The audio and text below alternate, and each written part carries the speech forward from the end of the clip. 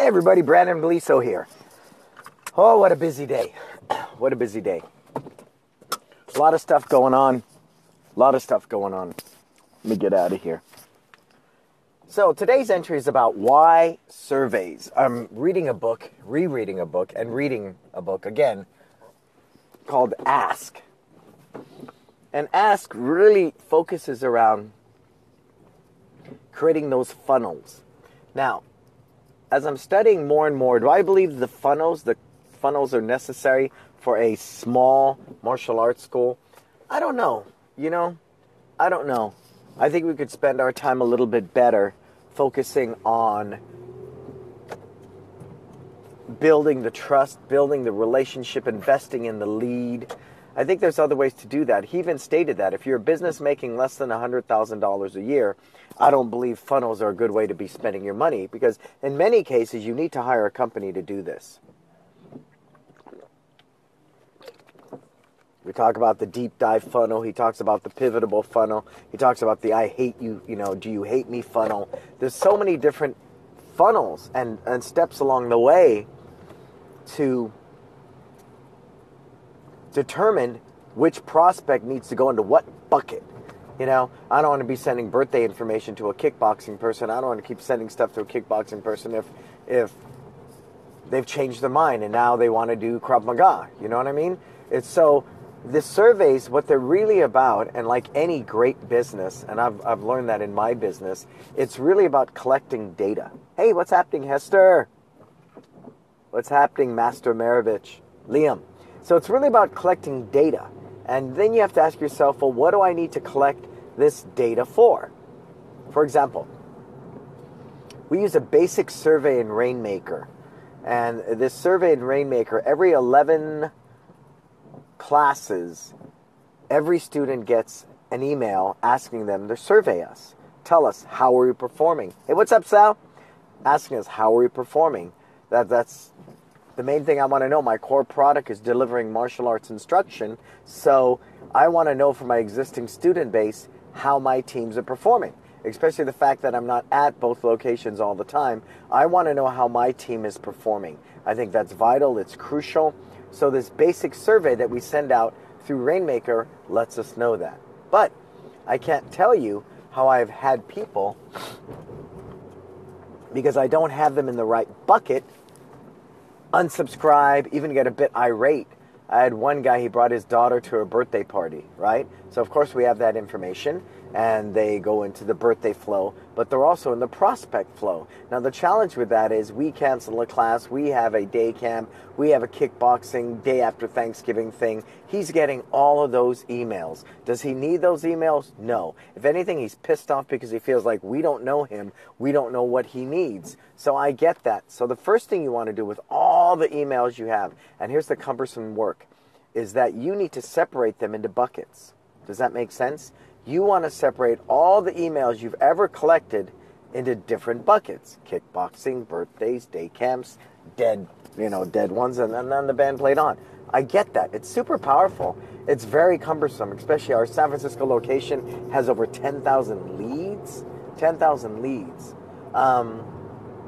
So that's something I believe I'm going to outsource. I just need to decide right now, is that a value? And I think it would be, because those people at least opted in. They were at least at the birthday party. They at least, took a trial and it went dead. So it's low-hanging fruit. They've already stuck their, head out of the foxhole and said, hey, I'm interested. So that would be the low-hanging fruit. So I believe in our case, with 10,000 leads in San Francisco, I think 4,000 in Millbrae, that it would be worth it to us to pursue that. Make sense? Now, Esther's asking me, can you customize the surveys in Rainmaker? You absolutely can. It's called Survey Pro, where you create your own survey. You can absolutely do that. Because again, I see the logic in that, right? You just don't want to keep sending this blanket survey out to people. You might customize and do a survey just for your kickboxing trials, where you can ask by the second week or third week, hey, what do you think? What can we do better? What would it take, to get you to commit, right? You can ask those questions. So I think it's important to understand the value of the survey. And somebody asked me that earlier, Why do you do a survey? Because you're collecting data. But you need to ask the right questions in order to collect the right data, correct? So sometimes you fish, and he talked about that in his book. Sometimes you ask a very general question. What's your gender? In this case, I'm a consultant. So I might go, well, do you have 100 students? Are you a full-time instructor, part-time? I might say, do you do this as a hobby? Or there's so many non-intrusive questions you can ask that are very general and to get a reply. Now, why is that important? Because if I put out a survey and nobody replies, that's one of two things. One, my survey sucks and I'm not asking the right questions. Two, these are dead leads and I should leave them all alone, right? Those two things happen. But the minute somebody opts in, what they become is they become a hyper lead, right? Oh, you opted in. You didn't just look at the website and not leave any information. Great, you opted in. Okay, let's go to the next level with that. Next time I send another email, maybe this time I actually say, if I can serve you better, can I have your phone number? And I'll call you. Boom, that might drop by 70% and you have 30 more who opt in. That's a better lead because they're expressing that interest, they're taking that action, you see. But is that appropriate? Is that appropriate? We like to put at the bottom of most of our emails, if we may serve you better, please feel free to leave your phone number and we'll give you a call. So we always put that out to them and leave that option to them. So I understand the value of surveys, but what I also am learning in reading this book is I need to ask the right questions in those surveys, or it's a bunch of noise, right? It's a bunch of noise. So the first couple emails, they can be ugly. And he uses that word. You make them ugly to weed out the people that are not qualified leads. And I get that. Because if you're going to respond to, let's say, you're looking for new windows for your home, and I call you up on my cell phone, and this was his example, and it's garbled, and it's jacked up, blah, blah, blah, but you take the time to hang through that funky conversation that you can't really hear because it's a bad signal, and because you really want windows, you're a qualified lead. So sometimes that email you send out might be a little ugly, might be a little harsh, might ask an intrusive question simply to weed out who's serious here and who's not. I get that. But what I think we do sometimes is we get desperate. So we'll do the $1 trial, and then we get 80 leads, and we work really hard on these 80 $1 trials. Some show up, some don't, and it ends up being a wash. Because at the end of the day, is a $1 lead a qualified lead? I don't know.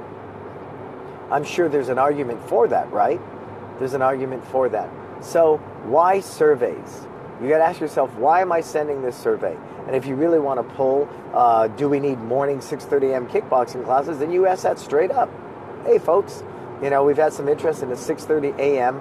class. Do you want it? And see, that type of open-ended question is really nice because the minute you say click A, B, or C, you're trying to control them and get them to leave information for a specific need. Do you want black t-shirts, red t-shirts, or blue t-shirts? That's very specific. And whichever one says the most, well, that's the one I'm going to buy for the holiday sale. You feel me? So I'm very, very, very, very aware of that now.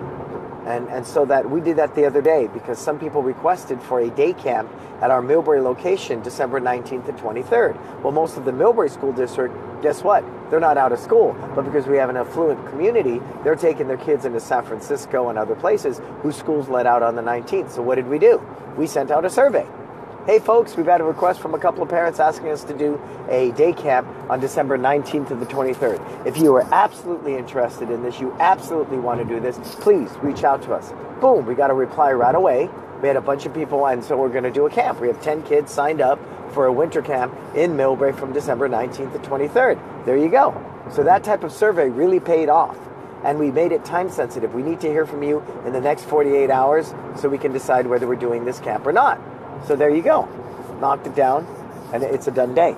You feel me? So yeah, surveys are very valuable. Collecting data. I mean, big companies pay a lot of money to companies that do surveys, collect data, because they don't want to make the bonehead move, produce a product, that's not going to sell, or produce an ad that's not going to appeal to the demographic that they should be catering to. He put in his book that this one guy swore his demographic was a 55-year-old male. But when they did their homework through the surveys, through asking the right questions, they found out his demographic was more like 65. So the whole ad campaign centered around this nostalgic feel when they were in high school and college with music and look and people and feel to get them to buy this product. Very smart. I think that's very smart. So why surveys, right? Just ask yourself, why do I need to send this survey? Hey folks, we understand it's going to be snowed in on Monday. I'm taking a quick survey. Who would like us to do a impromptu, all day long kids fun camp? That's a survey, right? Asking why. Hey folks, we're thinking of either going with a jigsaw mat or a tatami mat. What do you think and why? So that kind of stuff. And you know what I think is cool about that on a retention level? You really involve your people, you involve your parents, and asking them those why and getting their valued input, I think could really help with communication. It can really help with the community that you're building. I can see that value. Now getting back to the leads. So I get it. I just did a new email flow for prospects, for kickboxing prospects, which is amazing. It's a really good one. And I'm going to feature that one in my Rainmaker webinar that I'm going to do. I swear I'll post the date for you guys by later tonight or tomorrow. I'm going to do the webinar probably next week, and it's all going to focus on writing proper flows. You know, I'm reading several books, how to write copy that's not salesy. I'm writing another one called .com. So Eric Shields turned me on to a couple of really cool books. I'm reading those, as well as I've Googled it. I'm in the mix. I'm looking at all these different powerful forums that really talk about these things. And the information's there. The challenge is, we know there's a lot of fake news on the internet, so you want to be mindful. Is this guy posting all this stuff because he wants to sell you a product? See, because if they can tell you, and this is on a side note, if they can tell you writing copy is not something you should spend your time doing, you know what, and then copy is really important, then guess what? You're going to spend money and buy their copy service. So you want to be careful who's posting the information and why. There are some very legitimate sources out there, and I had this conversation with Eric. How do you know? For everybody that can post this great site that says, hey, you want to use a long-form sales-based copy, there's an argument that says, don't do it that way, right? You drive away people. So the information's out there. I think then, are we back? Oh, there we are. Okay, I think we're back. So then all it really comes down to is, what is your values? Because we know there's a lot of fake news on the internet. The election's proving that to be true.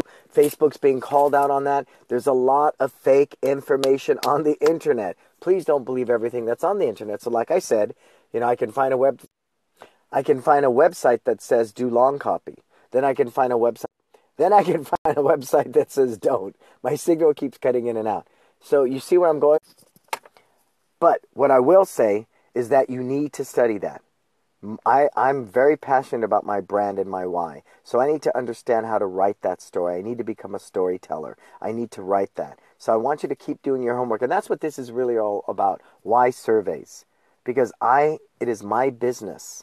I am the leader of this business. I'm in control of my destiny. I am the master of my domain, however you want to label it. And I'll be darned if I'm going to just leave it up to somebody. So with that said, I must spend a lot of time on educating myself to decide, what am I going to do? What am I going to outsource? And like I said, going through all these existing emails that we have and put them into different buckets, decide who they are and how we should market to them is really, really crucial. Or you just keep seeing people unsubscribing, and the band played on. You feel me? So this is Brannon Beliso. I want you to read the book, readthebook.com, read the book, How to Write Copy That's Not Salesy. There's a lot of good stuff you need to be reading. But if you don't educate yourself, and this is the way it's going, you know, understanding how social media works, understanding how to get your reviews correctly without, God, I'm just so... You know, finding that balance between being transparent and honest and getting the sale. I know we got to get the sale. We got to get them to come in. The leads got to come in. They need to convert to trial. We need them to become regular students. I understand that. But I think if I approach that mindset with this fear-based, this sense of desperation, and not more of a legitimate, I want to earn your trust, I want to build this relationship, you're of value to me, then I'm really going to hurt myself. And I think I'm going to hurt my potential for gaining new clients and gaining new relationships. So I'm passionate. I just want to share that with you because everybody out there, get you 90 leads in 90 days. I'll get you, you know, I'd be very careful with that, okay? Be very careful with that. There are a dime a dozen. These snake oil salesmen are out there. And the only way I can weed through that stuff to find who is true and who is not is I've got to know myself. My values have to be clear. I've got to be clear about my vision and my why and where I want to take my business. You feel me?